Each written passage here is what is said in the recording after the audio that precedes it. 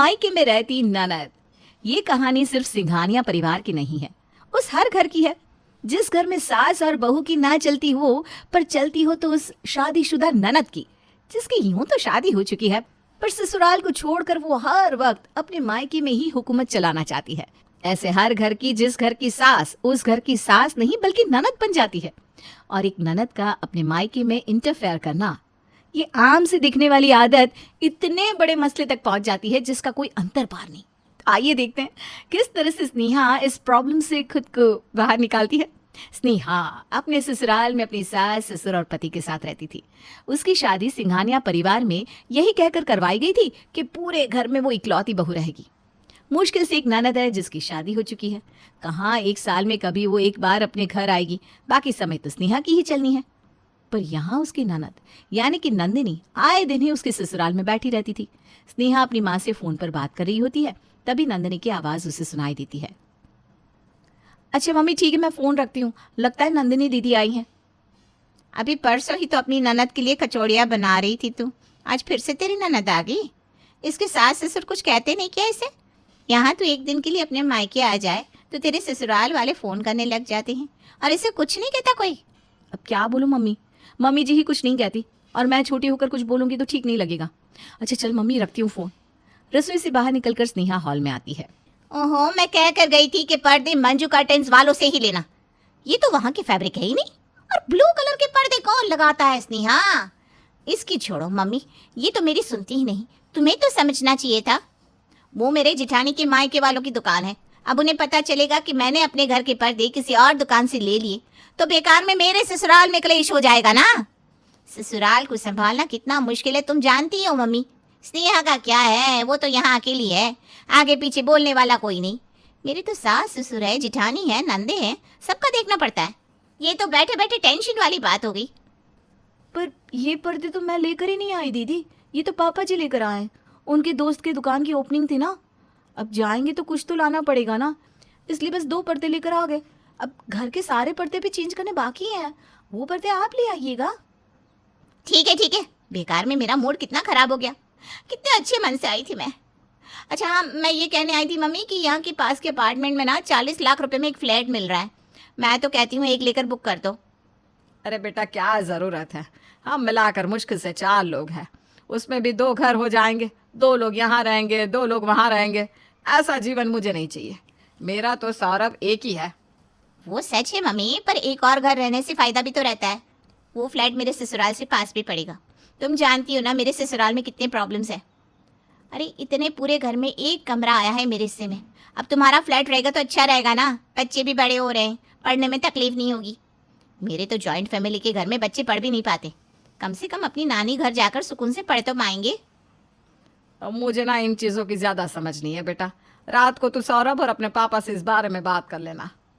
रात को सौरभ और राकेश दुकान से घर आते हैं। पास में बिल्डिंग की खुदाई हो रही है मम्मी, मैं सोच रहा था तुम्हारे नाम पर एक प्रॉपर्टी लेकर रख दूं, उसमें किराएदार लगवा देंगे। फ्यूचर में अगर तुम्हें पैसे की कभी जरूरत पड़ी तो तुम उस फ्लैट को बेचकर कैश उठा सकती हो। यहाँ फ्लैट लेने की क्या जरूरत है सौरभ, मैंने अपने ससुराल के पास एक बिल्डिंग देखी है, बनी बनाई तैयार है, उसी में ले लेते हैं फ्लैट। खुदाई के समय फ्लैट लेने से 5 लाख का अंतर आ जाता है दीदी, बने बनाए बिल्डिंग में फ्लैट लोगे तो 35 का 40 लाख ले लेगा। अभी हमें तो कोई अर्जेंसी है नहीं, मैं तो बस फ्यूचर का सोच कर फ्लैट लेने की सोच रहा था। मुझे तो कुछ कहना ही नहीं है, जिसे जो करना है करो। तुम जिस बिल्डिंग की बात कर रहे हो ना, वहाँ पर न जाने कितने लोग मरे होंगे, बिल्कुल खराब जमीन है। पहले वहाँ जो घर था इतना कुसुगना था कि पूरा खानदान ही मिट गया, वही फ्लैट लेकर अपना खानदान भी सिमटवा लेना तुम। इस तरह की बातें बोलकर नंदिनी सभी के मन में डर पैदा कर देती है और उठकर अपने कमरे में चली जाती है। अरे छोड़ देना बेटा, 5 लाख ऊपर ही लगेंगे पर घर में सुख शांति तो रहेगी। नंदिनी जिस बिल्डिंग में कह रही है उसी बिल्डिंग में ले ले फ्लैट तू।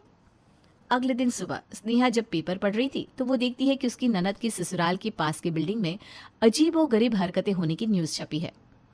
मम्मी जी देखिए तो ये क्या न्यूज़ आई है, दीदी जिस बिल्डिंग में फ्लैट लेने की बात कर रही है ना, वहाँ के लोगों ने न्यूज़ दी है कि उन्हें वहाँ किसी के होने की आहट महसूस होती है, सभी लोग अपने फ्लैट छोड़ कर वहाँ से जा रहे हैं।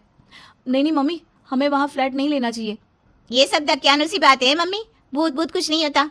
और ऐसी कौन सी जमीन है जिस पर कोई मरा ना हो, इतना सोचेंगे तो ले लिया फ्लैट फिर। ये सुनते ही स्नेहा का दिमाग घूम जाता है। कल अपनी बात मनवाने के लिए नंदिनी ने जिस कारण को सबके सामने रखा था, आज अपने फायदे के लिए वो उसी कारण को गलत बता रही थी। इतनी जालसाजी! कल तो कह रही थी कि जमीन अच्छी होनी चाहिए और आज ये सारी बातें दकियानूसी हो गई। कितनी मतलबी है दीदी। कैसे अपनी बात मनवाने के लिए उन्होंने सबको मैनिपुलेट कर दिया। It's so wrong. अब तू किस ख्याल में खो गई स्नेहा? लगता है आजकल टीवी बहुत देखती है ये मम्मी। अरे तेरे भले के लिए कह रही हूँ स्नेहा, ये फोन चलाना कम कर, इसी कारण तेरे सर में दर्द होता होगा। क्यों, सही कह रही हूँ ना मम्मी मैं? हाँ ठीक ही कह रही है नंदिनी तू।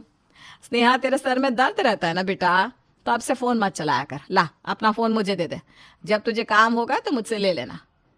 ये क्या बात हुई मम्मी जी? मैंने कहा ना मेरा चश्मा टूट गया है इसलिए मेरे सर में दर्द रहता है। आप बिना कुछ जाने दूसरों की बातों में आना बंद कर दीजिए।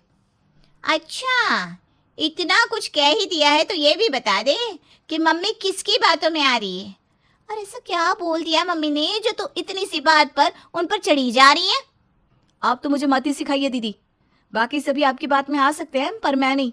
हमारे घर में इंटरफेयर करना बंद कीजिए और अपना घर संभालिए आप। और उसी वक्त इत्तेफाक से सौरभ अपने घर आता है। दरवाजे पर सौरभ को आता देख नंदिनी फूट फूट कर रोने लगती है। घर से जाने को कह दिया तूने, मैं घर आई तुझे भाती नहीं ना। मैं स्नेहा, किसी ने ठीक ही कहा है, शादी के बाद लड़की कम आएगा उसके लिए पराया घर हो जाता है। मैं तो सबका भला ही चाहती हूँ पर सबको खटकती हूँ ना। ठीक है, अब से मैं इस घर में कभी नहीं आऊंगी। ये मत सोचना स्नेहा कि मैं तेरे लिए अपना मन खट्टा करके जा रही हूँ। ना ना, तू तो बच्ची है, ये घर तो पहला तेरा ही है। मेरा क्या है, चली जाऊंगी पर मेरा आशीर्वाद हमेशा सौरभ पर रहेगा। अपनी बहन को रोता देख सौरभ भागते हुए अंदर आता है। क्या हुआ दीदी, तुम रो क्यों रही हो? किसी ने कुछ कहा क्या? ये तुम्हारा घर है दीदी, तुम क्यों जाओगी कहीं? क्या बात हुई मुझे बताओ। स्नेहा बेचारी आए दिन सर पकड़े बैठी रहती थी। मुझे लगा फोन के कारण उसके सर में दर्द होता होगा, इसलिए बस मैंने कह दिया कि बेटा जरा कम फोन चला। ये बात उसे बुरी लग गई। अरे मुझे 2 बात सुना देती तो मैं सुन भी लेती, पर मम्मी पर चिल्लाने लगी। मुझसे ना ये सब नहीं देखा जाता सौरभ, और मैं जानती हूँ ये उसकी गलती नहीं है। दिन भर फोन चलाने के कारण किसी का भी दिमाग चिड़चिड़ा हो ही जाता है। तुमसे मुझे ये उम्मीद नहीं थी स्नेहा।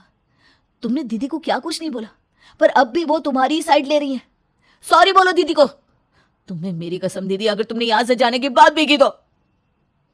मैं किसी को सॉरी नहीं कहने वाली। आप अपने मायके में रहिए दीदी, मैं अपने मायके में रह लूंगी। बेचारी स्नेहा बर्दाश्त करती भी तो कितना। उसे साफ साफ नंदिनी के 2 चेहरे दिख रहे थे जो उसके ससुराल वाले बिल्कुल भी नहीं देख पा रहे थे। गलती सहती सहती स्नेहा आखिर फटकार बोल ही पड़ती है, पर इसमें भी नंदिनी सबके सामने अच्छी बन जाती है और बुरी बन जाती है स्नेहा। पर अब स्नेहा क्या करेगी? अपने मायके चली जाएगी या अपनी ननद को उसकी गलती का एहसास दिलवाएगी या कोई नया रास्ता अपनाएगी? इस कहानी के पिछले भाग में हमने सिंघानिया परिवार की बहू स्नेहा का डिलेमा देखा। बेचारी स्नेहा एक बहुत अच्छी बहू बनने की पूरी कोशिश किया करती थी, पर उसकी शादीशुदा ननद आए दिन ही उसके ससुराल में आकर बैठ जाया करती। और इतना ही नहीं, वो घर के हर छोटे बड़े फैसलों में अपना बड़ापन दिखाती और अपनी मर्जी के खिलाफ अपने मायके में कुछ भी होने नहीं देती थी।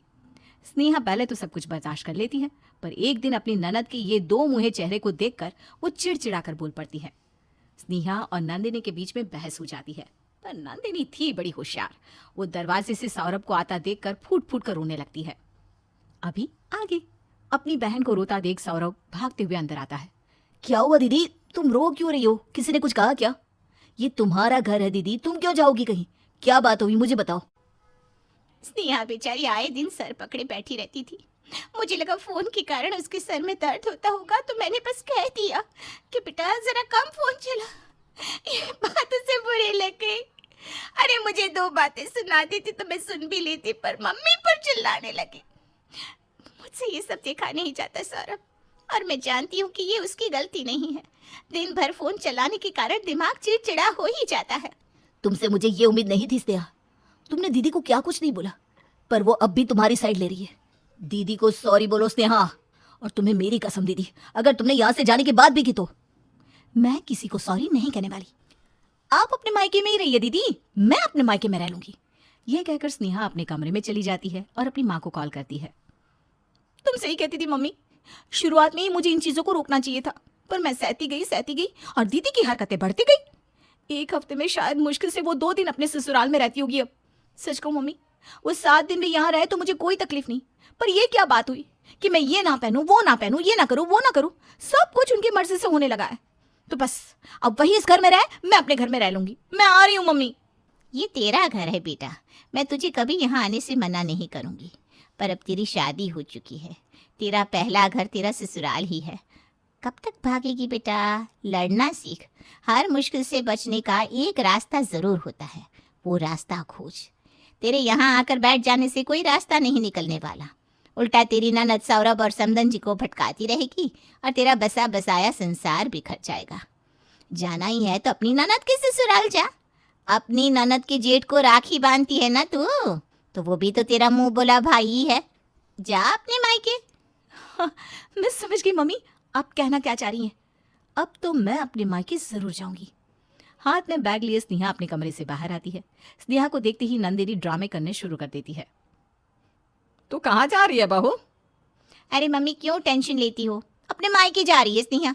रोज तो दिन में 3 बार उसकी मम्मी का कॉल आ जाता है, पर आज आंटी जी का कोई कॉल नहीं आया।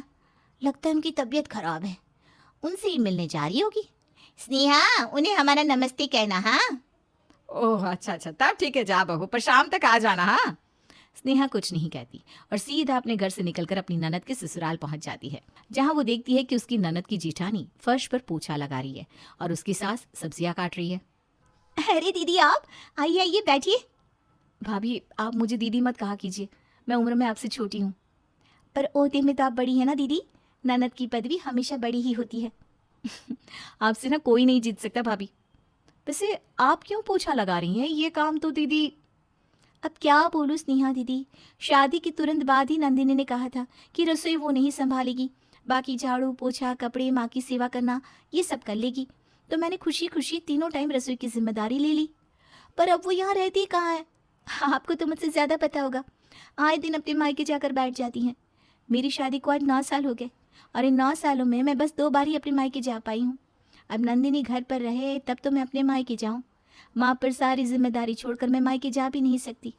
घर में अगर कोई काम वाली रख दूँ तो नंदिनी आती ही काम वाली से झिक शुरू कर देती है। तो दीदी यहाँ भी किसी को जीने नहीं दे रही है। मैं वैसे इसी सिलसिले में आप दोनों से बात करने आई थी। आंटी जी, दीदी इस घर की बहू है, इस घर के प्रति उनकी जिम्मेदारियां होनी चाहिए, पर वो ना अपने ससुराल की जिम्मेदारियां निभा रही है ना अपने मायके की, और उनके कारण अपने ससुराल में एक काम वाली की तरह हो चुकी थी मैं, इसलिए मुझे यहाँ ना पड़ा। दीदी को अगर ठीक करना है तो हम सबको मिलकर काम करना होगा। चिंटू भैया को मैं राखी बांधती हूँ, उस हिसाब से ये मेरा मायका हुआ। तो नंदिनी दीदी अगर अपने मायके में बैठ सकती है तो मैं भी अपने मायके में बैठ सकती हूँ। अब ये अदला बदली उसी दिन होगी जिस दिन नंदिनी दीदी अपने ससुराल को अपना ससुराल समझेगी। वाह बेटा, तू तो मेरे घर मसीहा बनकर आई है। मेरी बहू अपने मायके में भी क्लेश का कारण बन रही होगी, ये मैंने नहीं सोचा था। हद है नंदिनी, तुझे जो समझ आता है कर, मैं तेरे साथ हूँ बेटा। तो फिर आप मेरी कही मानिए और इन सब्जी को छोड़िए और जाकर आराम कीजिए, रसोई मैं संभालूंगी। स्नेहा को तो अपने पूरे ससुराल को संभालने की आदत थी। वो आते ही सीधा ससुराल में चली जाती है, पर स्नेहा की गैर मौजूदगी में उसके ससुराल में सब कुछ उथल पुथल हो जाता है, क्योंकि नंदिनी तो रसोई में जाने वालों में से थी नहीं। अरे मम्मी, रात के खाने का समय हो गया, पापा और सौरभ आते होंगे, जरा स्नेहा को फोन करो। ममता स्नेहा को फोन लगाती है। अरे बहू, मैंने तुझे कहा था ना शाम तक लौट आना। समधन जी की तबीयत ज्यादा खराब है क्या? मम्मी जी, बिल्कुल सही समझा आपने। आपकी समधन के घर में ही हूँ मैं, श्यामा आंटी के घर में। हाँ, अकेले काम कर करके ज़रा थकी हुई थी वो। अब दीदी तो आए दिन आपके पास आ जाती है, तो श्यामा आंटी पर घर का सारा बोझ आ जाता है। मैंने सोचा जैसे नंदिनी दीदी हमारे घर बेटी होने का फ़र्ज़ निभा रही है, आपका ध्यान रख रही है, तो फिर रसोई की चिंता करने की मुझे ज़रूरत क्या है। और मैं यहाँ आ गई श्यामा आंटी के घर। मुझे लगता है 1 हफ्ता तो मुझे लग ही जाएगा मम्मी जी। अच्छा, आप ना अपना ध्यान रखिएगा। अब स्नेहा भी सीख गई थी नंदिनी की बोली, और उसने ऐसी बोली बोली जिससे ममता रह गई शोक में। अपने मायके में नहीं है, वो तेरे ससुराल गई है, कह रही थी 1 हफ्ते बाद लौटेगी। दिवाली सर पर है, ऐसे में अपने ससुराल के सारे काम छोड़कर कोई जाता है क्या मम्मी? हाँ बेटा, और उसने तो कहा कि नंदिनी दीदी है तो मुझे कैसी चिंता, तुझ पर ही सब कुछ छोड़ कर गई है। जा बेटा, अपने पापा और भाई के लिए खाना बना ले। अपने मायके में आकर आराम फरमाने वाली नंदिनी को आज रसोई में जाना पड़ता है। ये तो हद हो गई, वो उठ कर मेरे ससुराल जाती रहेगी तो यहाँ घर कौन संभालेगा? मम्मी से तो कुछ होता नहीं, कपड़ा बर्तन झाड़ू पोछा, बाप रे बाप, नहीं नहीं नहीं नहीं, मैं नहीं कर सकती। अरे दीदी रोटी। हाँ हाँ लाती हूँ। बेटा कल के नाश्ते के लिए याद से चने भिगो कर रख देना और छोले भी। कहाँ ममता तू भी, नंदिनी को तो डोसा पसंद है ना, वो तो हमेशा कहती है स्नेहा डोसा बना डोसा बना। कल डोसे का ही प्लान कर लेते हैं। ठीक है बेटा, तो घोल बनाकर फ्रिज में रख दे, रात भर में उसमें खमीर आ जाएगा। ये कहाँ फंस गई मैं, रात का खाना पूरा हुआ नहीं कि नाश्ते के बारे में सब सोचने लग गए। इससे कम काम तो मैं अपने ससुराल में करती हूँ, आधा जेठानी कर लेती थी, आधा मम्मी जी, और यहाँ तो सब कुछ मुझे करना पड़ रहा है। इस तरह रोते रोते एक हफ्ता पूरा हो जाता है। मम्मी अब तो एक हफ्ता हो गया, बुला लो ना अपनी बहू को, फिर मैं भी तो अपने ससुराल जाऊं। ममता स्नेहा को कॉल लगाती है। कब आएगी बहू, एक हफ्ता हो गया। मम्मी जी अब तो अगले साल ही लौटूंगी मैं। क्या? इसके बाद क्या हुआ होगा ये पता नहीं, कि मुझे तो जरूरत नहीं लगती। नंदिनी अपना सामान बांधकर फौरन अपने ससुराल पहुंच जाती है और इस दिन के बाद उसे कभी भी हिम्मत नहीं होती कि बिन बात के अपने मायके आकर बैठ जाए, क्योंकि जैसे वो अपने मायके जाकर अपना रौब दिखाना शुरू करती, स्नेहा अपना बैग पैक कर लेती और इस तरह समझदारी से स्नेहा 2 घरों को टूटने से बचा लेती है।